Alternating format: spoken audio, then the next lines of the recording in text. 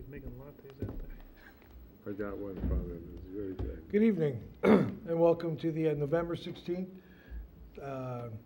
2010 Planning Commission meeting. Roll call, please.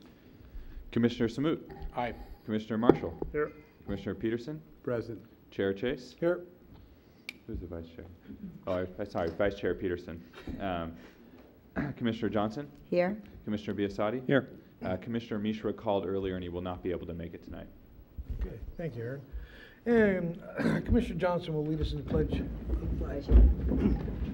I pledge allegiance To the flag of the United States of America and to the republic for which it stands, one nation, under God, indivisible, with liberty and justice for all. Thank you.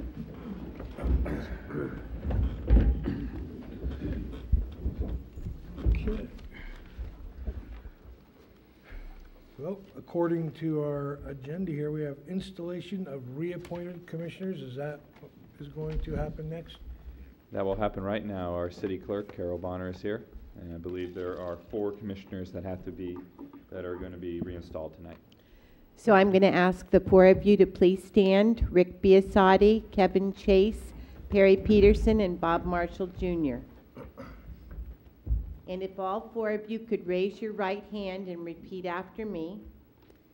In the presence of all here assembled, In the presence of all here assembled, I I, say your name, Perry Peterson, do solemnly swear do solemnly swear that I will support and defend that I will support and defend the Constitution of the United States the Constitution of the United States and the Constitution of the State of California and the Constitution of the State of California against all enemies, foreign and domestic, against all enemies, foreign and domestic, that I take this obligation freely That I take this obligation freely without any mental reservation without any mental reservations or purpose of evasion, or purpose of evasion, and that I will well and faithfully and that I will well and faithfully discharge the duties discharge the duties upon which I'm about to enter.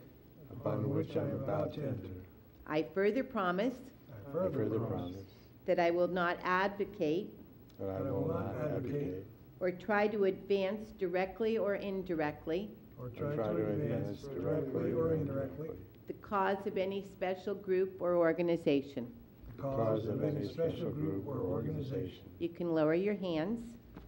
Now, therefore, I, Carol Bonner, by the authority vested into me as City Clerk of the City of San Bruno, do hereby proclaim that Rick Biasotti, Kevin Chase, Perry Peterson, and Bob Marshall Jr. have officially been sworn in as members of the San Bruno Planning Commission. Congratulations. Thank you. Thank you.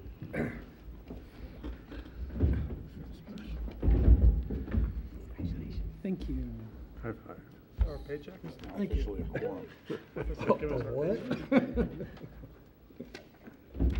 you, Carol. Where's the second? Okay, moving on. We need to have, we need to have a motion on the minutes from October 19th. I move we approve the minutes. There's a motion. Do we have a second? Second. Okay, we have a motion and a second. All those in favor signify by saying aye. Aye. Aye. Those opposed? All right, passes. Communication? Anyone at home can find the packet online at sanbruno.ca.gov in the Community Development Planning section. In this case, you can find the agenda, the minutes, the staff report, as well as the ordinance amendments that are in front of the Planning Commission and will be in front of the City Council in the future. Is that it? Yep. Thank you, Aaron. Okay, at this time, if there's anybody from the public wishing to comment on items that are not on the agenda, now would be your opportunity to go to the podium over there and voice your concerns, your love, your whatever. Okay, seeing nobody's rushing up there, we'll close that portion of it. And that brings us to the announcements of conflict of interest. Do any of the commissioners have any conflicts? Yes, through the chair. I have a conflict on item 5A, so I'll be recusing myself. I live within 300 feet. Okay, thank you. Anybody else? Very good. Okay. We're going to go right into Perry. Thank you.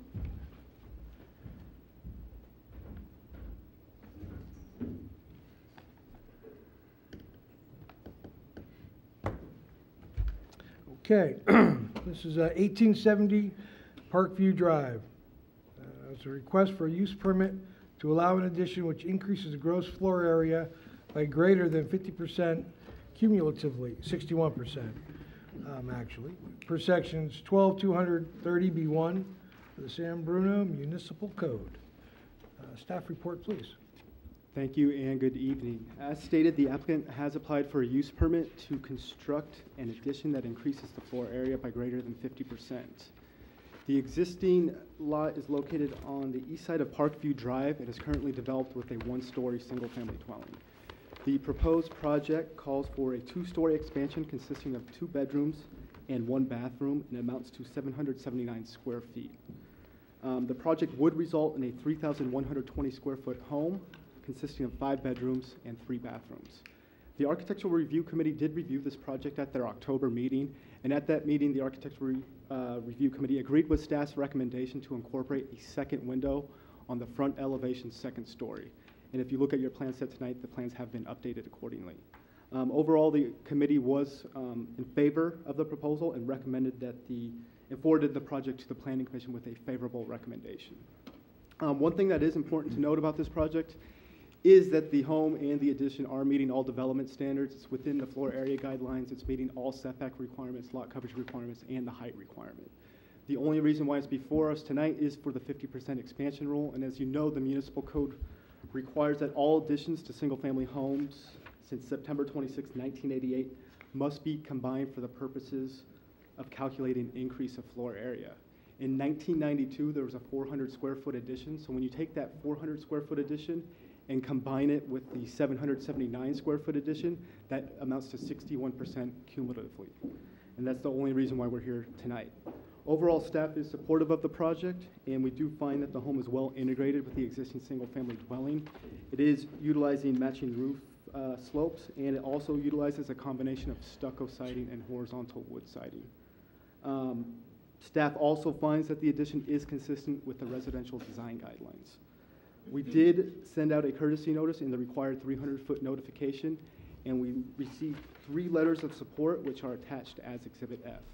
As stated, staff is supportive of this project, and we would recommend that the Planning Commission approve the use permit request, subject to findings of fact 1 through 7, and conditions of approval 1 through 23. I'd be happy to answer any questions that you have. Great, thank you, Matt. Any questions from the commissioners, the staff? No? Okay, thank you. Is the applicant present? Yes, I am. Would you mind stepping to the podium there and stating your name and a brief description of what's going on? My name is Robin Parker, Your Honor. The proposed addition is to accommodate the move-in of my 90-year-old father and 60-year-old handicapped brother, who currently live in San Bruno in a split-level home, which, due to their age and medical conditions, has become very difficult for them to manipulate in. Okay. Any questions of the applicant from the commissioners? No?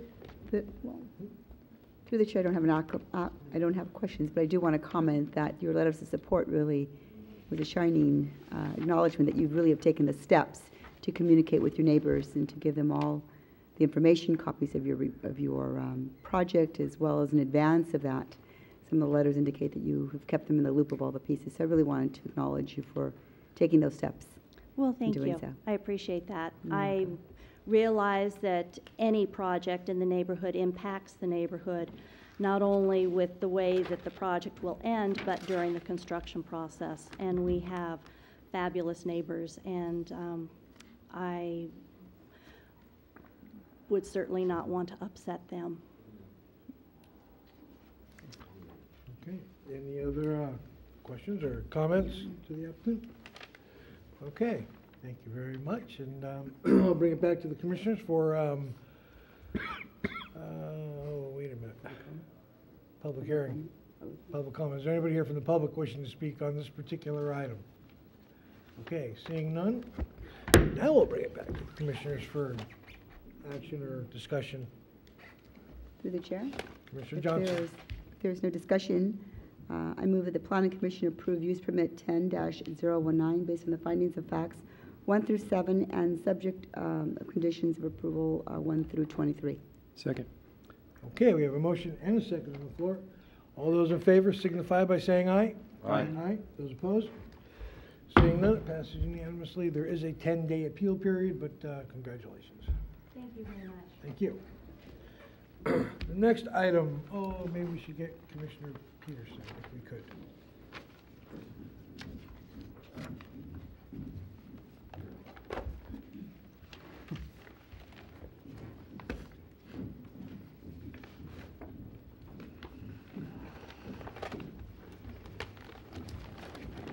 Okay, the next item on our, excuse me, on our agenda is 413 Maple Avenue. This is a request for a conditional use permit to install a wireless telecommunications facility within a residential zoning district on a joint utility pole in the public right-of-way and in an equipment residential zoning district, and in an equipment area in the rear yard of 413 Maple Avenue, per sections 12.220 and 12.84.160 of the San Bruno zoning ordinance. Matt? Thank you. As stated, the applicant has applied for a use permit to install a telecommunications facility within a residential district. The site itself is located in the public right-of-way adjacent to 413 Maple Avenue. The proposal calls for an expansion to the existing utility pole. Specifically, 3 antennas would be installed on top of that utility pole, which would be enclosed by a radome. And the radome essentially serves 2 purposes: one, to protect the antennas, and secondly, to screen the antennas from public view. Excuse me, through the chair. Could you move a little closer to the microphone? For some reason, it's a little faint today. Definitely. Is that a little bit better? Slightly. Okay. All Thank right, you. so not only the radome will enclose the, protect the antennas and shield the antennas from public view, and additionally, the associated equipment cabinets would be located in the rear yard of 413 Maple Avenue and would not be visible from the public right-of-way. Additionally, 2 2-inch conduits and 1 5-inch U-guard would be present on the site. This is similar to any other public utility pole that you would see in any residential neighborhood. And 1 GPS downlink antenna would be installed on top of that radome. One thing that is important to note is that this is essentially the replacement project for the 1736 Niles Avenue site that was originally denied by the Planning Commission March of earlier this year. The primary reason why that application was denied was due to the lack of stealth design. Specifically, there was 4 equipment cabinets located directly at the base of the pole, which really didn't belong in a residential neighborhood and was very bulky. As such, the Planning Commission denied that project due to the fact that it wasn't meeting the stealth design. The proposal before us tonight differs from that application, as the associated equipment cabinets are not installed on the base of the pole, but are actually installed to the rear of 413 Maple Avenue, thereby completely screened from public view.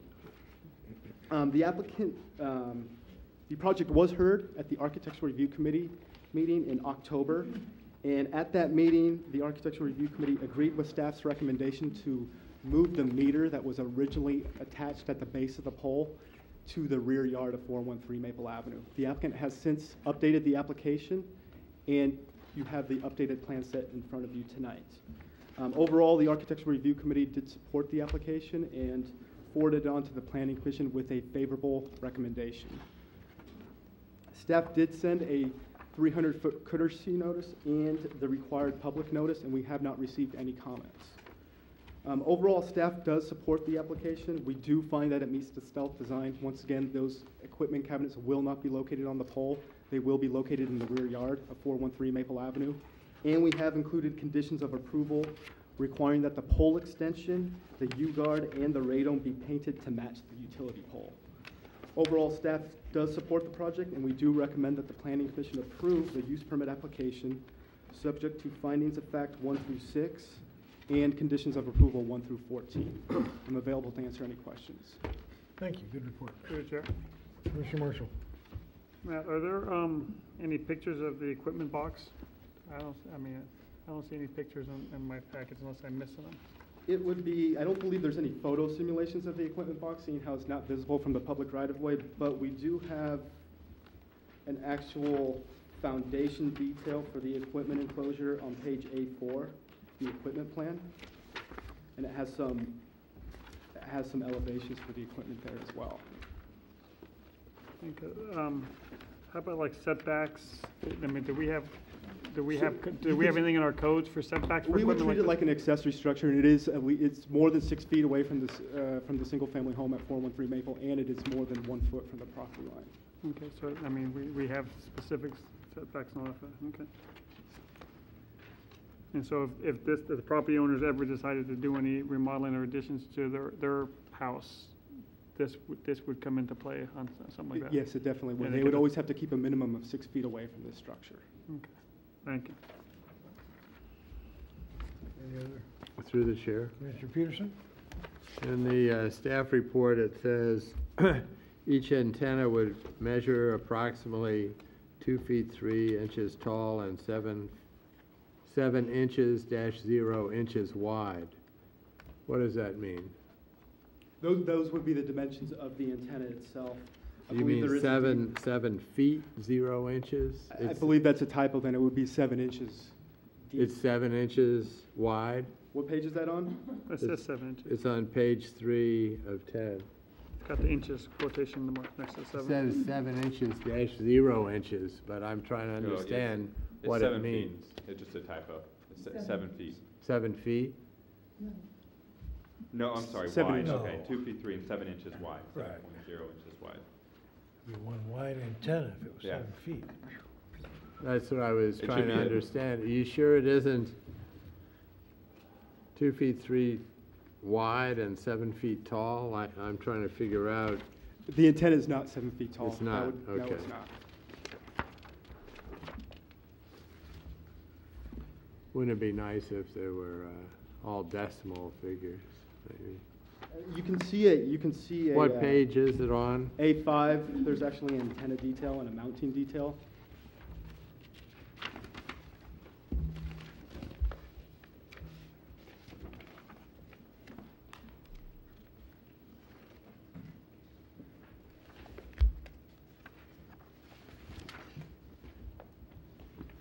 So the antenna, I don't see any dimension on the antenna.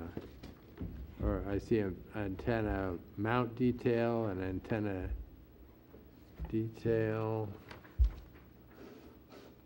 The antenna detail says it's 27.5 inches tall and 3.15 inches wide. Is that right? Yes, Is that how that is you correct. read So it? it's incorrect within the staff report. The detail on A5 that you just read is correct. So it would be 3.15 inches wide, 27.5 inches tall. You're correct. Maybe it's the structure with 3 antennas. But Well, I'll tell you what, why don't we have the Have the applicant applicant, come up exactly. and give us a little clarification on this, since it is their antenna. Good idea. Thanks, and everybody's gonna climb on my back later and say it's quick enough. Good evening, Honorable Chair, Commissioners. My name is Misako Hill. I represent T-Mobile West Corporation, located at 1855 Gateway Boulevard, Concord, California. I'm here tonight to request approval of T-Mobile's proposed telecommunications facility on a utility pole adjacent to 413 Maple Avenue. The antenna measures 27.5 inches tall, 6.65 inches wide, and 3 inches deep. And that's indicated on page A5 of your drawings, the middle section of the left-hand side. noted antenna detail. I just have some slides that I quickly wanted to... Through the chair, if I could, just to make sure I understand this right. Go ahead. An antenna, the antenna itself will not appear visually as a unique object. It'll appear in antenna grouping of 3 antennas. Yeah, so there's right? a total of 3 antennas measuring that those dimensions, grouped in a circular pattern, enclosed in a radome shroud. Right. On the radome mounting detail on the bottom left-hand side towards the center. And so that radome, the dimension of that is what? The radome measures approximately, I believe it's 16 inches wide by 45 inches tall. Very good. Thank you very much. I appreciate it. No problem. Okay, let's see your slideshow.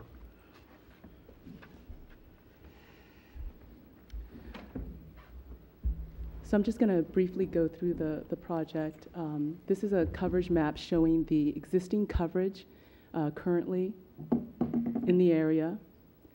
The site, project site is right here along Maple Avenue near Niles.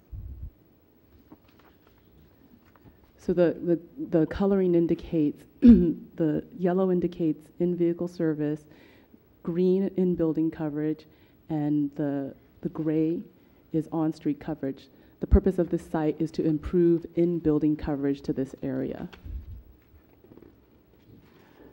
So this is a slide showing the proposed coverage area, which is this mainly this green area, but it also includes some of the yellow area. So this is pretty much the range of the proposed facility. I have slides going through several alternate site locations that we looked at. I'm not going to go through those in detail. They are indicated, there's 8 sites indicated in the staff report. But if you want any clarification on them, I'm happy to go through those. I'm going to focus on the current proposal. So this is a photo sim showing the what the proposal will look like. So this is a joint pole. It was selected because it utilizes the smallest equipment available to provide service to the search ring objective. The proposed antennas will be installed at the top of the existing joint pole at a height of approximately 48 feet, 11 inches. And the profile of the existing pole will be maintained. No new pole will be built. The proposed antennas on top of the pole will be screened with a cap that encases the antennas, which we call a radome. Thus, they are not visible. As noted by Matt, there will be no associated equipment on this pole. All the equipment will be located on the ground in the rear yard of 413 Maple Avenue. This project differs from the previous project at 736 Niles Avenue that was denied, in that nothing will be installed on the pole as previously applied for.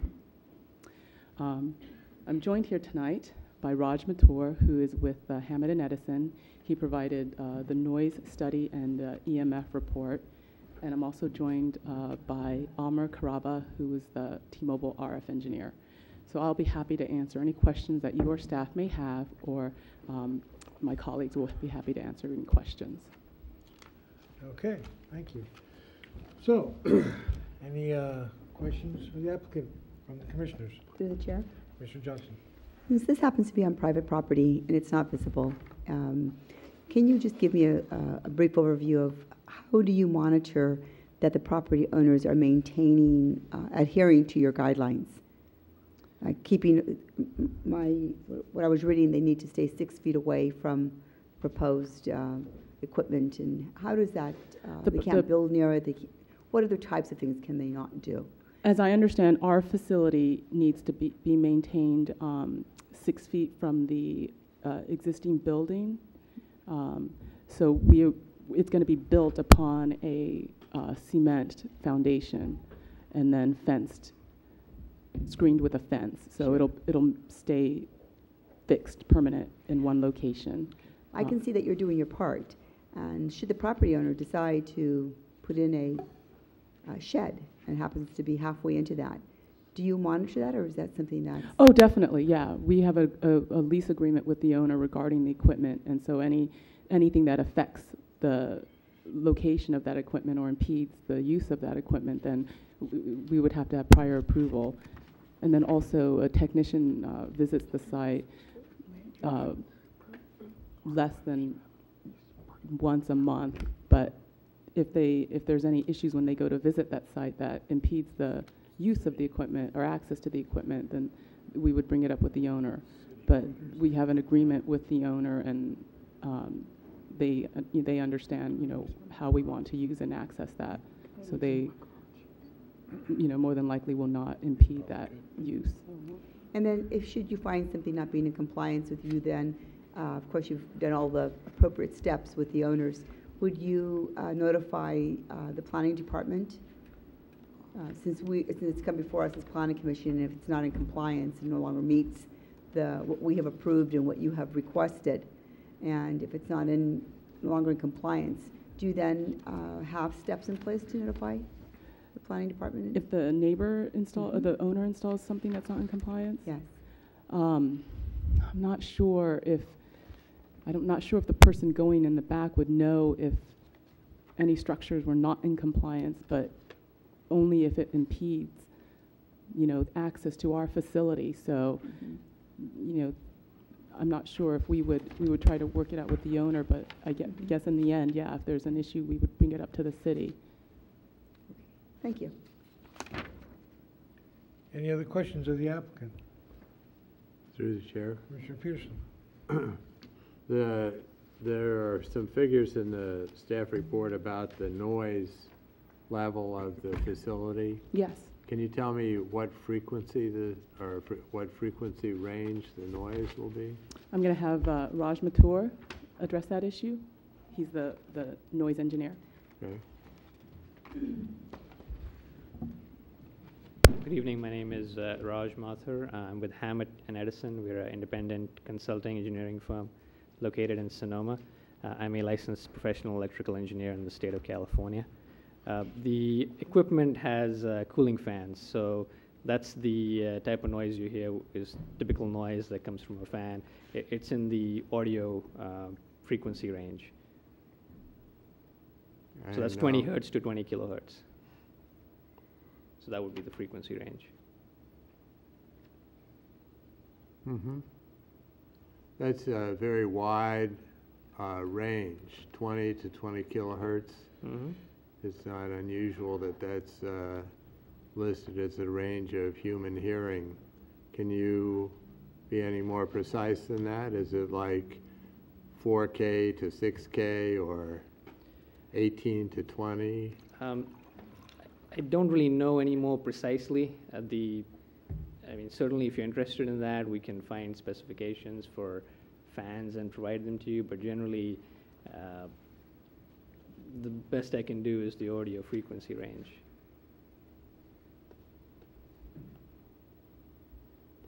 Okay. Yeah, The reason I ask is Mm-hmm. because frequencies in the lower range, Mm-hmm. say about the size, about the range of a bass viol, for example, those sounds don't carry very far at all, but higher sounds like 12K, those even a quiet sound will carry quite a distance. And so the staff report indicates that your facility is in compliance with the city's regulation, but I was interested in qualitatively what the nature of the sound would be. I'm trying to understand if it would go a long way, and maybe if there were a malfunction with a fan, you know, if, for example, if a fan blade is bent a little bit, it makes a lot more noise. And if it's a high-pitched noise, it would carry more. So let me ask another question. The fan devices, is this area muffled at all from the location of the fan to where people would hear it? Yes, there's, I believe there's two barriers there. There's the fence, and there's a metal casing, and then there's a wooden fence. So there's two structures between the fan and the outside of the enclosure. Is that what you were asking? Yes, very good, yeah. Oh, that sounds pretty good. And is there, is that metal enclosure, I guess, is it correct that the fan is used to ventilate it, so the fan has to be able to have free air to move air into it, and then there has to be another grill where the air can leave? Is it that sort of thing? That's correct. Okay, thank you very much. Very good. Any other questions of the applicant from commissioners? I do have one, and that's just in regards to, okay, it's going to go in the backyard of 413 Maple, correct? Correct. So you entered into an agreement with those individuals. Correct. What about people who live behind them, or is there, a home that's within the same distance from where your proposed, mechanical equipment's going to be at 413's backyard versus whatever home is on the other side of that fence? Are they aware of? We have not entered into agreement. I did contact that owner regarding leasing equipment in the rear yard, and I did not hear back from them.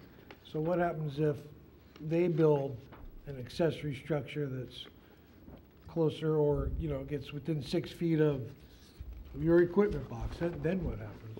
There's a Or fence.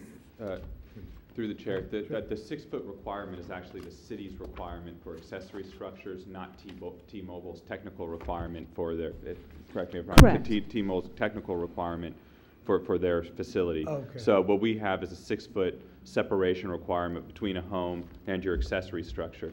So it it's just not so gonna happens this time the accessory structure is the T-Mobile facility. So 6 feet has nothing to do then with how it would impact your equipment? No, that was a setback requirement for the city. Thank you for clearing that up for me. Okay. All righty, well, thank you very much, and at this time, I'm going to open it up to the public. Is there anybody from the public wishing to comment on this item? Okay, seeing none, I will close the public section of this particular item and bring it back to the commissioners for discussion, action. Through the chair. Commissioner Marshall? I have a question for Aaron, just for land use, like, if this is a R1 neighborhood and we're allowing a resident to lease out a portion of their property to another entity, where does that differ from someone trying to, split their lot, and rent out as 2 units, or can someone rent out their garage to somebody else legally, or? I think in this case, the difference is that this is a telecommunication facility, which is allowed under a federal act within residential neighborhoods that trumps local law. So that's one reason. People are allowed to do commercial activities. There's a limited scope of commercial activities that you could do in a residential neighborhood. You can, you could have a home-based business. You could have a senior care facility. You could have a daycare facility. So Can you rent that facility? Can I rent half of my house out to someone to run a daycare center? Yeah, you can. Yeah, I mean, someone can. It's just it's a residence. You have a home daycare. I mean, there's people who rent homes, and they have a residential daycare facility there. So the land use itself is independent of who actually owns the building or the property. Okay, so I didn't read all the findings that closely, but is one of them that is a utility? Correct. Okay. Yeah, the findings are specifically for telecommunications facilities. Okay. Through the chair, did we close the public hearing? We did. Okay, just checking. Through the chair. Commissioner Biasotti? Aaron, as I look at this, the site, the footprint of this itself is not that large, but I really think we should consider a condition of approval that that square footage become part of the cumulative square footage calculation like we do for other remodels, because this will be, for all intents and purposes, a permanent structure on that property. So I'd like to see that as a condition of approval on this. We will, and it'll be included in future floor area assumptions, lot coverage assumptions, everything like that. Thank you. I have a question then. if the current homeowners who have entered into an agreement with T-Mobile sell their house, then the next person who buys the house is pretty much stuck with this particular unit in their backyard. How is, just hypothetically, maybe, I don't know, but how would that then down the road affect, the next person who buys the house or whatever? I mean, That's why I'm saying we should consider it as part of the square area ratio of the house. They would all land use entitlements run with the land itself rather than with the property owner. So they would inherit all the conditions of approval, the entitlements, and probably the lease revenue as well. So. Oh, I'm not worried about that, but, so now I understand where Commissioner Biasotti was going with his line of questions. Okay, thank you. Any other questions or? Through the chair. Yeah, Commissioner Peterson. I think it's appropriate and important to say that I think T-Mobile's application has been a dramatic improvement from previous applications. I think that while my personal sentiment is that devices like this are better located in commercial districts or on commercial buildings or on public buildings, but as far as that goes, that if it's the law permits them in a residential zone, I think you've done a pretty good job. The one thing I think, and I can't say I'm completely disappointed, but I do have concern about, and I think there's a substantial potential for improvement. There are ventilating fan designs that are tremendously quiet compared to other designs. For example, a centrifugal fan is a pretty quiet fan compared to an axial fan. And I'd like to ask that the city pass this observation on to T-Mobile so that the next time an application comes, which I suspect there will be one, that I'd like you to consider that.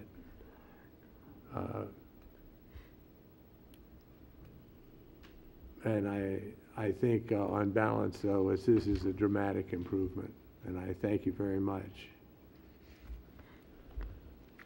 Okay. Any other comments or actions or? We're wide open here. Through the chair. Commissioner Johnson. I move that the Planning Commission approve use permit 10-020 based on findings of facts 1 through 6 and subject to conditions of approval 1 through 13. Second. 14. That's right. Okay, we have a motion. We have a second. All those in favor signify by saying aye. Aye. Those opposed? Okay, seeing none, it does pass. There's a 10-day appeal period, and it is a vast improvement over the first two that came before us. So, thank you for the effort that you put into it. Thank you. Okay. Next item on our agenda. This is to consider a resolution recommending that the City Council create Chapter 12.96.195, establishing the Glenview Rebuild Overlay Zone, and that the City Council rezone the properties that were damaged or destroyed by the Glenview fire. Thank you. The Planning Commission may remember at the last Planning Commission meeting during the general discussion, I informed the Planning Commission that the City Council heard a staff recommendation and gave direction to adopt ordinance revisions that would allow the Glenview neighborhood to rebuild quickly when the neighborhood is ready to rebuild, when the individual property owners are ready to rebuild. So since that last meeting, staff and I have been working on these ordinance revisions, and that's what's before you tonight. What's somewhat unique about this ordinance amendment is that it will affect the zoning code text that you find within the zoning code and online, as well as the zoning code map. And I'll go into that a little bit later. What it will do, it'll affect several aspects of the zoning code. The first is the general review process. As you know, homes in San Bruno basically fall into additions or proposals or new homes basically fall into one of two categories. homes that fall within the development regulations, so homes that have less than a 0.55 floor area ratio, less than 2,800 square feet with a 2-car garage, all the different guidelines, and homes that exceed those.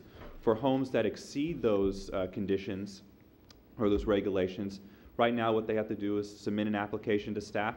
It goes to the Architectural Review Committee first, and after the Architectural Review Committee forwards it, it goes to the Planning Commission for final approval. Given the fact that none of these homeowners chose to be in this position to have to rebuild their homes and were affected by this tragedy, we wanted to come up with a situation where we could cut that time in about in half. So what we've done within these ordinance revisions is take out the Planning Commission requirement, and if someone wishes to exceed one of the thresholds, they would just be able to be approved by the Architectural Review Committee. And as I discussed with the Planning Commission last time, we'll be holding those Architectural Review Committees on a weekly basis rather than a monthly basis or as needed. So that's one aspect that will be affected. The second is the public noticing requirement. We decided to use technology to our advantage this time, and rather than notice everyone within 300 feet of the neighborhood, what we'll do is we'll contact the immediate neighborhood, the immediate neighbors directly, and we'll also post the elevations and the floor plans on our website for a period of 10 days so people could comment on those, and then the Architectural Review Committee can take that in consideration when, when approving the application. We'll also, of course, ask those neighbors. I think the neighborhood has gotten to know their neighbors even better than they knew before, so we always ask them to work with their neighbors and let them know what's going on as they're rebuilding. Another aspect is certain homes had non-conforming conditions, and what a non-conforming condition, all that means is that you're grandfathered in. So there's some homes that had 3-foot garage setbacks where 5 feet are required now for that setbacks. What this zoning code amendment would do is allow that to be, that non-conforming aspect to be built once again with community development director approval. And finally, the method of implementation. This is something called an overlay ordinance, so it will just apply to the homes that were either destroyed or suffered major damage. So that's a total of about 55 homes that are covered, and there's an exhibit here that displays the exact addresses. We've also included additions within this process, so if there is a home that was suffered major damage but isn't torn down to the ground, if they decide that this is a good time for them to build a second-story addition as well, they could go through this same process and rebuild quickly. Overall, we are recommending approval of this, and as I noted before, I don't think it's the goal of planning staff or the goal of the city to, that we must get this neighborhood rebuilt quickly. But what we wanted, because that's a highly personal decision for individual property owners to make, to decide when they want to move forward. But our goal is to be there when people do want to be forward, have a process in place that allows them to move forward quickly. So with that, I could take any questions. Thank you, Aaron. Any questions? Through the chair. Mr. Johnson. You indicated about the ordinances and the variances and all those components. Would it be first choice to be in compliance, or not in compliance, it's not a correct word, but to be within the guidelines, if that's a possibility?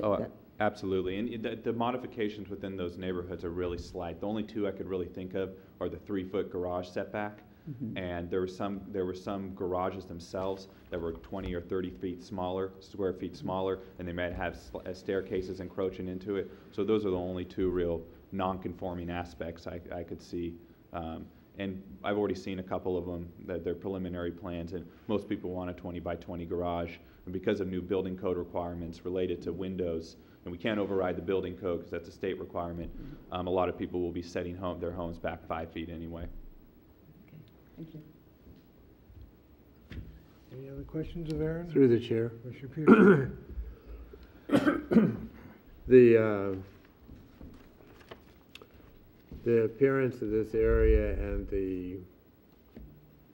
particularly during the rebuilding, is going to have a potentially dramatic effect on how other people perceive it, not only with interest in neighboring properties, but in possibly purchasing rebuilt properties.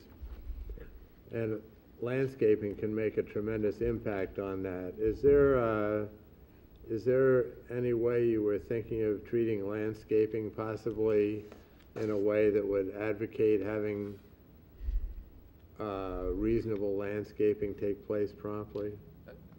Absolutely. Well, one thing I forgot to mention in my whole presentation is that the residential design guidelines, what we were fortunate enough to coincidentally approve 3 months before this, will apply. And there's landscaping type guidelines within the residential guidelines. Those will still apply. There's certain impervious surface requirements that will still apply. So there's no rules in terms of what can be built and what cannot be built that are being eliminated as a result of this. But this is more of a process-oriented ordinance amendment to get people on their feet quickly. So would the landscape be required to be completed on the same schedule, same time schedule as the structure? Correct. Oh, so they couldn't build a structure and then have the landscaping lags? Yeah, 5 years. That would be part of the overall plan. So, just like you see a planning application for a new home, and like when Summerhill built their 70 homes, you see the landscaping plan for the individual homes. That will still be a part of their application. So the certificate of occupancy would not be furnished until the facility is complete? Yeah, basically everything on your plans has to be installed, whether it's the landscaping or the front porch or a window. Okay. If my phrasing sounds sort of tough, that's not my purpose. I'm just thinking of the effect on the neighbors and so on. Okay, the next thing is, I'm looking at this map, and it just occurred to me that while these people have had a terrible tragedy visited on them, they're getting a substantial benefit. I've just come from an architectural review committee meeting and watched an applicant who's anxious to build, yet again now has to wait for a planning commission meeting, and it's not even certain when the planning commission is going to be able to hear the application. So I'm looking at, say, one house within the area designated on this plan could have, say, a 3-month time frame of getting their permit to build, and the one next door could take 6 months, right? Yeah. I don't even know what the answer to this question is, but the question is this: would it not be reasonable to allow other properties within 100 feet radius of this outline to be able to take advantage of this process? I mean, I would stick with this only because it becomes arbitrary when you go beyond that, whether it's 100 feet or 200 feet. Right. So I think our goal is the people who were directly impacted by this. The people who have, there are another 3-4 dozen homes that were impacted by this. They're green tagged, as we call it, that they're still allowed to live in there, but they still have to do some damage. But in general, these are the homes that were really significantly impacted or completely destroyed. And so those are the ones that we want to be there for and have an expedited permit process for them when they're ready to build. Through the chair? Commissioner Biasotti? Yeah, I'd like to compliment staff on this because I read through this, and it really does clearly state your intention, and it really spells it out pretty clearly. And I agree with Perry that this is going to move things along for folks quite a bit, so job well done. Thank you. Okay, any other comments by the commissioners? One other comment. This is almost like a new subdivision in a way. And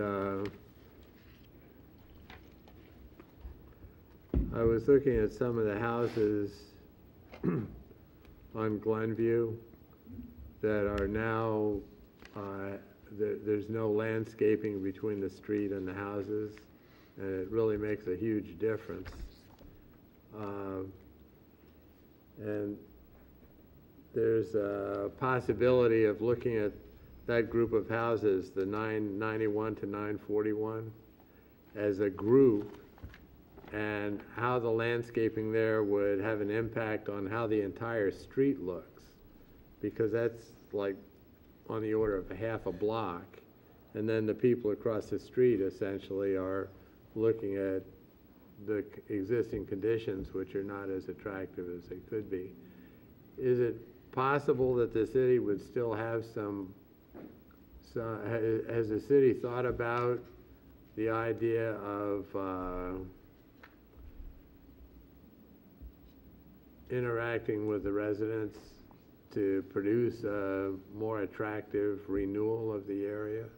I think so. I mean, I think it's a gradual progression. So, I mean, the people whose landscaping was burned, I mean, at this point, you know, most people aren't even back in their homes in that neighborhood. Right. If they have the opportunity to live back in their homes, some people don't want to live there because obviously, I mean, there was a big impact on their lives. So at this point, we're not rushing anyone to put back landscaping, but I think that will happen when it's time to happen. I'm just thinking in this case, I think there's an opportunity for a coordinated approach to produce a better result for not only the properties involved, but the neighbors. And I agree, and I think part of what we're going to do on top of this individual private property program is have a neighborhood visioning type session with all the neighbors there to say, hey, how do you want the park to look? How do you want the canyon to look? How do you want the landscape in your neighborhood to look? So there will be a separate process related to that as well. Good idea. Okay, thank you very much. I've been to the area quite a bit. That's why these things pop up. Yeah. Through the chair? Any other questions? Yeah, through the chair. Comments? Aaron? Yes. I notice on this list of properties here that the properties and the owners are specifically called out. Now, this zoning change that we're making is going to run for 5 years, and it's not specific to the owners should they sell the property and the lots are vacant and someone else buy it, correct? Correct. It runs with the land with itself. the land Yeah. for 5 years. Correct. Okay. Through the chair. Commissioner Johnson? Have you seen, Aaron, whether is there anyone stepping to the plate to look at, is this more of a development from a developer point of view, or people, what's your sense? Are people going towards getting their own private contractors? Generally, Has that yeah. been discussed? Yeah, generally what people are doing is hiring individual architects right now, you know, interviewing 2 or 3 architects to see what different conceptual plans they could put together rather than taking, you know, one person doing it all. Depends a lot of times on the individual insurance companies, what their insurance was like, as well as, you know, there's a lot of, like I said before, there's a lot of people that haven't decided whether or not they're going to rebuild their homes. Okay, any other questions? Comments? Okay, I'll just make one. Staff has done, in my opinion, a very, very admirable job on this whole entire situation, you know, from September 9th up to the point where we are at today, and you guys should be, you know, noticed for that. You guys have done a really good job. Thank you. Thank you. Okay, so how do we want to go about doing this with the with the reading? Do I have to read the whole entire resolution here, or? No, you could waive the reading and introduce a roll call vote. Oh, that's right, public hearing. Thank you. That's right. Okay, at this time I'd open it up to the public. Anybody from the public wishing to comment on this particular item? You can step to the podium and state your name. Going once, going twice. Okay, thank you very much. It's closed. Move we close the public hearing. I did move that we closed it. Oh, Thank you. very good. That was fast. Well, nobody was rushing up there. Was that too fast? No. Okay. Right. So, if we can waive the reading, that would be That's fine. advantageous. We'll just go for a roll call vote. All right. Commissioner Samut. Aye. Commissioner Marshall. Aye. Vice Chair Peterson. Aye. Chair Chase. Aye. Commissioner Johnson. Aye. And Commissioner Biasotti. Aye. Perfect. Motion passes 6-0. This will next be heard a week from now at the City Council meeting. Very good. Okay, next item, city staff discussion. We just have to select Architectural Review Committee members for the December 16th ARC hearing. So do I have any volunteers? Commissioner Biasotti, Vice Chair Peterson, and Commissioner Samut. Thank you. And we're still, obviously the Planning Commission meeting in December bumps up right against the holidays, so we're still deciding what we're going to do about that since it's December 21st and whether or not we could move that around in December to make it more convenient for everyone. Very good. All right. What's the date of the ARC review? The 16th. Thank you. December? December, yes. Through the chair. Commissioner Biasotti? Yeah, I'd like to make as far as the approval body, as I was reading through this, I'd like to make sure that I volunteer to make myself available for any Very of those good, thank meetings that you need. Okay, planning commission discussion. Is there anything, any burning issues planning commission needs to discuss at this time? Okay, no. Okay, seeing none, I will close that. And we are adjourned. Thank you very much. Very good meeting.